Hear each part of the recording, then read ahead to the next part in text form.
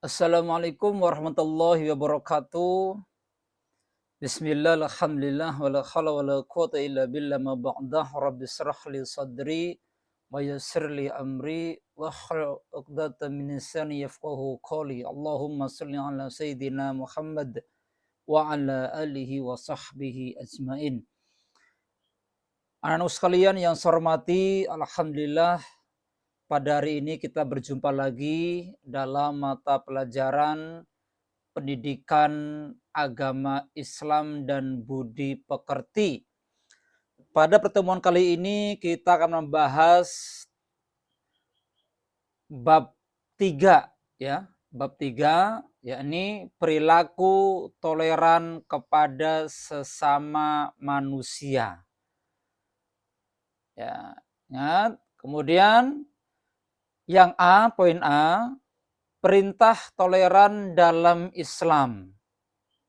Toleran merupakan salah satu sikap terpuji yang hendaknya dimiliki oleh umat Islam. Sikap tersebut telah dicontohkan kepada Nabi Muhammad SAW dan telah diperintahkan dalam Al-Quran. Nah, ini ingat, toleran itu ternyata diperintahkan oleh agama ya, yakni pernah dicontohkan kepada Nabi kita Muhammad SAW.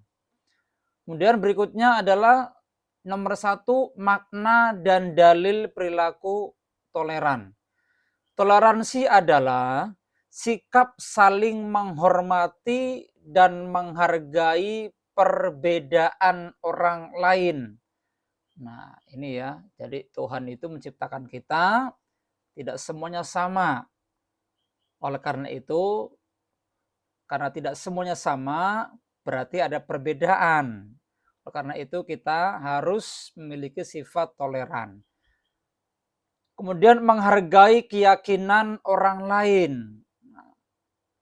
Tidak memaksakan kehendak, serta tidak mencela perbedaan orang lain.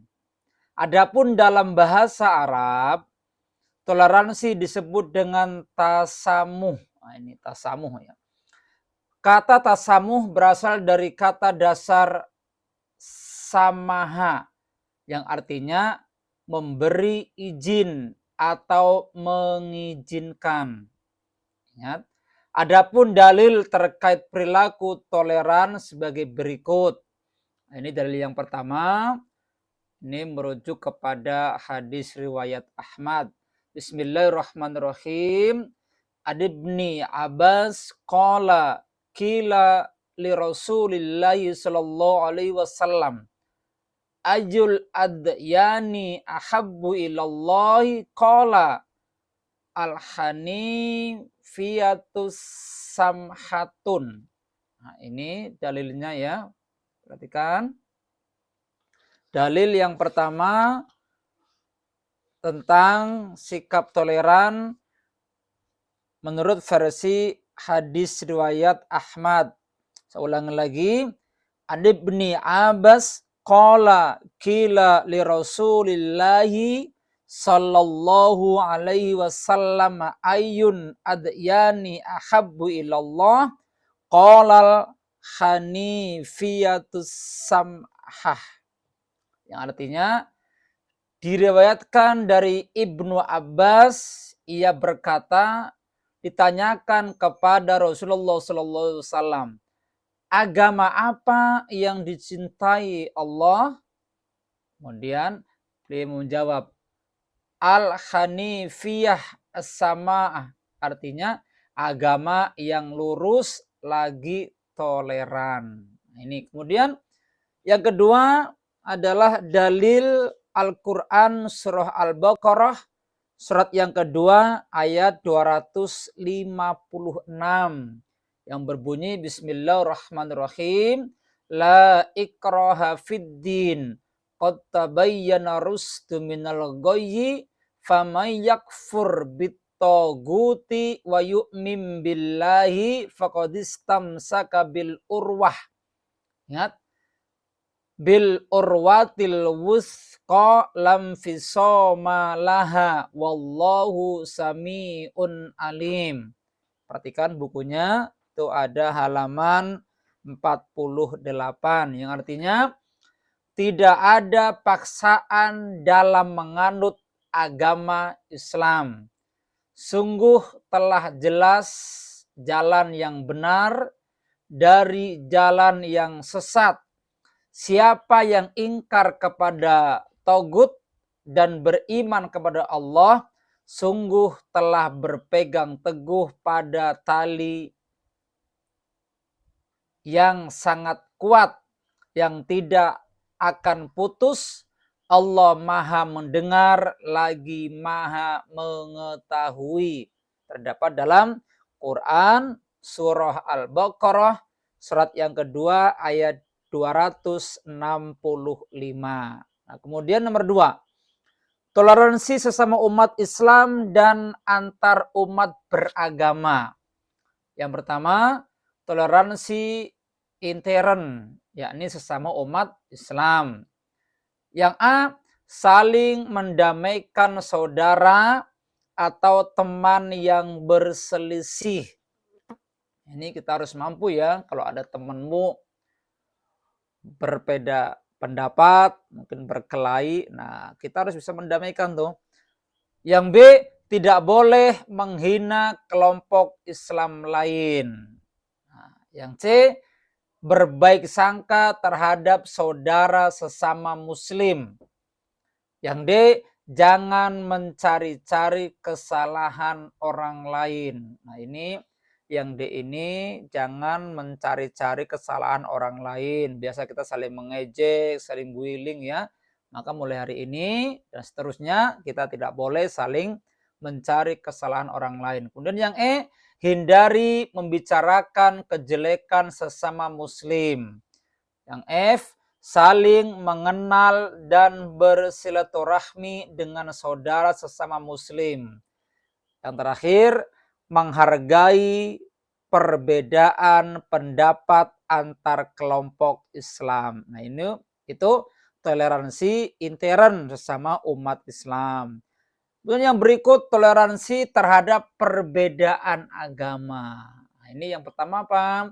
Tidak mengganggu peribadatan agama lain. Nah, makanya kalau di sini, di Papua di sini, kalau pas hari Minggu ya kita menghargai, ya nggak boleh ribut dan sebagainya. Yang B, memberikan kesempatan kepada pemeluk agama lain untuk beribadah. Yang C, tidak menghina atau mengejek keyakinan dan simbol agama lain. Yang D, tidak memaksakan seorang untuk mengikuti keyakinan kita. Ini nggak boleh ya. Yang E, tidak mendiskriminasi kelompok atau agama minoritas. Kemudian yang F, tidak mengikuti peribadatan atau ritual agama lain. Ya, Quran sudah jelas, Quran yang lakum dinukum waliyadin. Kemudian yang poin terakhir, melakukan kerjasama kepada agama lain dalam konteks muamalah atau hubungan sosial. Nah, kalau dalam konteks beragama, ya kita tidak boleh ikut. Tapi kalau konteksnya sosial, membangun jembatan, kemudian membersihkan solokan, gotong royong antara umat muslim dan non-muslim, itu malah dianjurkan dalam agama. Kemudian ada 4 prinsip toleransi menurut Syekh Yusuf Qaradawi. Yang pertama adalah at-tadibudiyah. Ingat, at-tadubudiyah itu bermakna keragaman. Nah, keragaman ya. Yang kedua apa? Waki bi masyiatillah. Ia bermakna apa? Adalah semua perbedaan di alam terjadi atas kuasa dan kehendak Allah Subhanahu wa taala.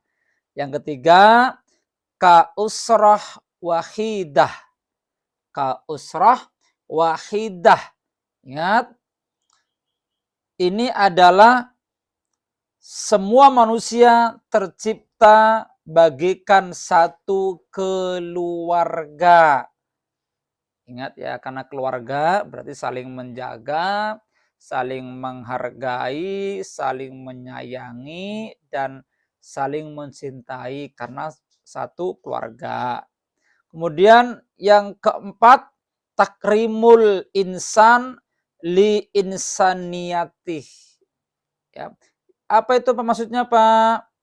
Maksudnya adalah kalimat tadi yang keempat tadi adalah bahwa prinsip ini adalah memuliakan orang lain, ya, karena sisi kemanusiaan yang dimiliki. Ingat, memuliakan orang lain. Jadi ya sama dengan menghargai, kemudian tidak boleh saling ejek dan lain sebagainya. Kemudian slide berikutnya adalah perilaku toleran dalam keseharian. Nah, ini yang pertama itu ada gambar ya, perilaku toleran Nabi Muhammad dan para sahabat. Jadi toleran ini bukan hanya sekarang, bahkan dicontohkan kepada para nabi-nabi terdahulu, di mana Rasulullah SAW beliau sangat toleransi kepada orang yang berlainan agama. Kemudian yang kedua, penerapan perilaku toleran dalam keseharian. Nah, ingat kita di sini bermasyarakat, kemudian bertetangga, yang tentunya berbagai macam suku, ras, golongan, termasuk keyakinan. Maka kita harus pandai-pandai menjaga keutuhan. Dengan adanya toleran ini kita bisa menghargai, bisa menyayangi bagikan satu keluarga yang tadi dijelaskan. Kemudian yang berikut, perilaku toleran Nabi Muhammad SAW dan para sahabat. Perilaku toleransi telah diajarkan oleh Nabi Muhammad SAW sejak zaman dulu. Berikut beberapa perilaku toleran yang ditujukan oleh Nabi Muhammad SAW. Yang pertama, Nabi Muhammad SAW tidak memaksakan pamannya masuk Islam. Ingat ya, nanti di atas dijelaskan bahwa la ikraha fiddin, tidak ada paksaan dalam hal apa?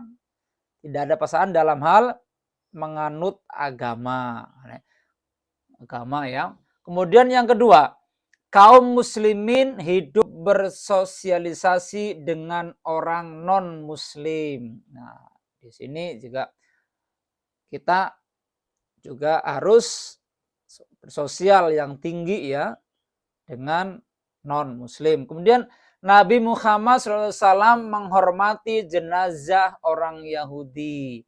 Kemudian Nabi Muhammad SAW tidak memaksakan keyakinan mertuanya. Ingat. Dan yang terakhir, sikap toleransi tokoh pendiri dalam merumuskan dasar negara. Nah, ini beliau telah mencontohkan beberapa contoh kehidupan Rasulullah bertoleransi dengan orang-orang Yahudi, orang-orang yang di luar keyakinan. Kemudian yang berikut, penerapan perilaku toleran dalam keseharian. Yang pertama, perilaku toleran dalam lingkungan keluarga. Apa yang pertama tadi? Perilaku toleran dalam lingkungan keluarga. Nah, ini kan kita ada ayah, ada ibu tentunya ya, ada kakak, ada adik. Nah, kita harus bisa menghargai yang lebih senior harus menyayangi yang junior. Mama sama bapak harus menyayangi anak-anaknya. Sebaliknya, sang anak harus hormat kepada kedua orang tua. Yang kedua, perilaku toleran dalam lingkungan sekolah. Nah, ini kita sekolah ini adalah berbagai macam golongan ya, berbagai macam suku tentunya, ada Makassar, ada Jawa, ada Sunda, ada Batak, ada Ambon dan lain sebagainya. Karena itu kita harus bisa saling menjaga. Tidak boleh kita mengejek asal daerah dan lain sebagainya. Nanti akan timbul ya perkelahian dan lain sebagainya. Kemudian perilaku toleran dalam lingkungan masyarakat. Nah, kita bisa, walaupun kalian masih dalam siswa SMP ya, tapi belajar bisa menghargai, belajar bisa memiliki sifat tasamuh kepada masyarakat tempat tinggal. Anak sekalian, demikian materi pada pertemuan kali ini. Mudah-mudahan apa yang kita pelajari bab 3 ini menjadikan kita sebuah insan yang pandai untuk menjaga keseimbangan, yang pandai untuk menjaga keharmonisan dalam hal hubungan antar umat beragama, hubungan antar umat beragama, dan hubungan antar umat agama dengan pemerintah yang kita kenal dengan trikerukunan. Ya, demikian saya akhiri. Wassalamualaikum warahmatullahi wabarakatuh.